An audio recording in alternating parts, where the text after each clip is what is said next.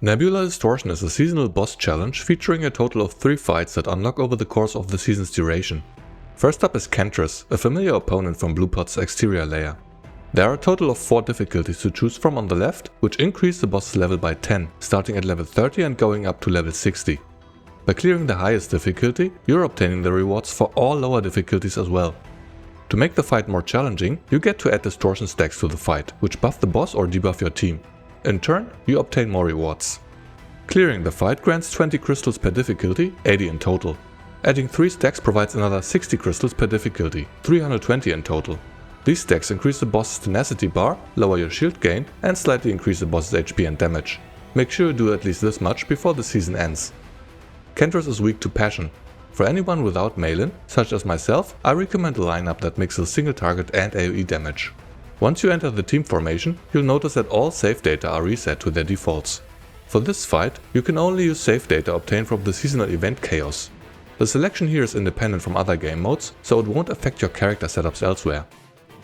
Kentris has 2 mechanics. It will summon 2 Aqua Balls that grant it 2 morale stacks each while they remain on field, providing an additive attack bonus of 80% at first and more if you don't take care of them.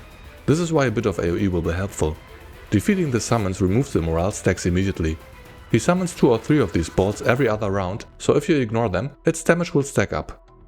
Then, Kentris applies the slippery debuff when it takes more than 8% of its max HP as damage in a round. This debuff makes you discard a random card the next time you make a play, after which it is removed. Here, I'm using Anchor Pointer to draw Anchor Shot, which then gets discarded immediately. It's an annoying mechanic you can't do much about once you're affected by it. To play around it, for instance at higher difficulties when the boss gets tankier, you can track the critical HP threshold via a small white marker on the boss's HP bar.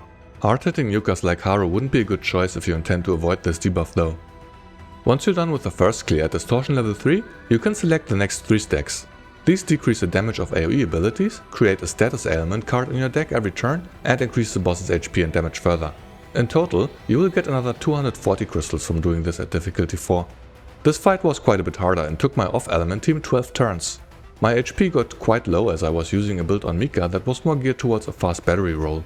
In hindsight, I'd recommend going with a more sustained healing build that doesn't exhaust her source of water cards. There's no turn limit for these challenges, so you will succeed so long as you manage to stay alive. Once you've cleared the boss at 6 distortion stacks, there are no more crystals to be gained. The final stacks only reward you with some memory fragment upgrade materials. In total, you can obtain 560 crystals for this fight, or 3.5 pulls. It's not the end of the world if you can't be bothered to try at all, but assuming you've built some decks for your characters in the current event Chaos anyway, you should be able to clear the lower difficulties with no effort at all.